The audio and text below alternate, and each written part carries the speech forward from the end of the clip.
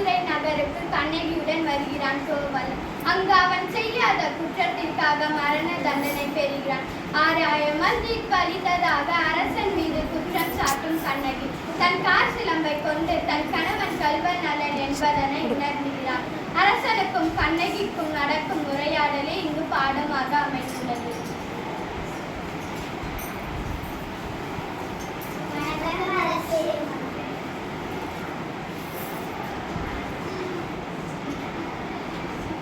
என்னை உள்ளே விடுங்கள். பெண்ணே, நீ யார்? நான்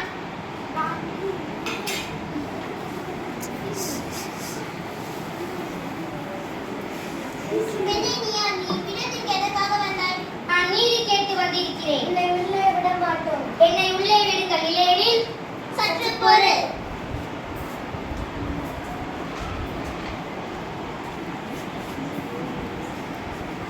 அரசே, அரசே, நம் அரண்மனை வாயிலும் அழுத கண்களோடும் தலைவிரி கோலத்துடனும் ஒரு பெண் வந்து நிற்கிறாள்.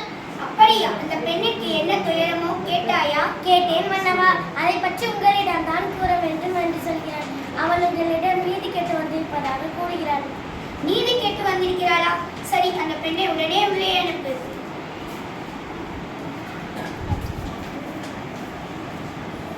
ஆன்றோர்களும் சான்றோர்களும் நிறைந்திருக்கும் அவையிலே நடுநாயக்கமாய் மன்னர் வீற்றிருக்க அரசவைக்குள் நுழைகிறாள் கண்ணகி.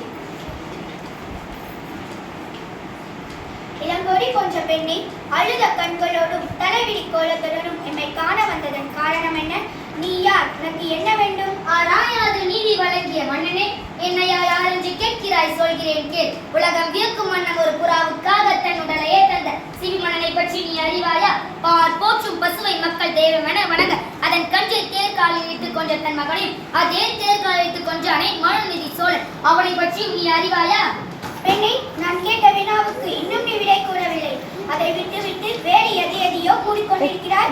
இளம்பெண் அருமை தெரியாத மன்னனே, என் நிலை அறியாமல் தானே இப்படி பேசுகிறாய்? நான் இதுவரை கூறிய பெருமை மிக்க சோழ மன்னர்களுள் வாழ்ந்த புகார் நகரமே எனது ஊர். அவ்வூரில் பழியில்லா சிறப்புடைய மாசாத்துவான் மகனாகிய கோவலன் என்பானின் மனைவி நான். ஓ, இப்பொழுது புரிகிறது. அந்த கோவலனின் மனைவியா நீ? போதும் மன்னா, என் கணவனை தருவதற்கு உனக்கு என்ன தகுதி இருக்கிறது? ஊழ்வினை பெயனால் உன் ஊருக்கு வந்து என் கால்சிலம்பை விற்க வந்த என் கணவனை அநியாயமாக கொன்று விட்டாயே, நீ செய்தது தகுமா? பெண்ணே, போதும், நிறுத்து. கல்வனை கொள்வது கொடுங்கால் அன்று, அக்தி ஏற்புடையது, அக்து அறநெறியும் ஆகும். இதை அனைவருமே அறிவார்களே, உனக்கு தெரியாதா என்ன? அறநெறி தவறிய மன்னனை தவறினவர்களை தண்டித்தல் தகுதியுடைய மன்னனுக்கு உரியது என்பதை நானும் அறிவேன். ஆனால் நீ கூறுவது போல என் கணவன் கள்வன் அல்லன். அவனிடம் இருந்த சிலமும் அரசிற்குரிய சிலமன்று இதோ என்னிடம் உள்ளது. என் காய்ச்சிலுமின் பலன் மாணிக்க கற்களால் ஆனது. பெண்ணே, நீ சொல்வது உண்மைதானா? உண்மையாயின் அரசிற்குரிய சிலமின் பலன் முத்துக்களால் ஆனது. ஆன்றோர் நிறைந்த இந்த அவைத்தனிலே அனைவருக்கும் உண்மையை உணர்த்துகிறேன். யாரங்கே கோவலனிடமிருந்து கைப்பற்றிய சிலம்பை கொண்டு வா. சிலம்பை பெற்ற மன்னர் அதை கண்ணகியிடம் கொடுத்தார். பெண்ணே, இதோ உன் கணவனிடமிருந்து கைப்பற்றிய சிலம்பு. நீ தவறாதவன் என்று உன்னை கூறிக்கொள்ளும் மன்னனே, ஒரு தவறும் செய்யாத என் கணவனை கொன்றது உன் அறநெறிக்கு இழுக்கு. இதோ மெய்ப்பிக்கிறேன், இங்கே பார். கண்ணகி அச்சிலம்பை கையில் எடுத்தாள். கண்ணகி சிலம்பை தரையில் போட்டு உடைக்கிறாள். அதில் மாணிக்க கல் ஒன்று அரசனின் முகத்தில் தெரிந்து விழுகிறது. தவறு இழைத்து விட்டேனே, பிறர் சொல் கேட்டு பெரும்பிழை செய்தேனே.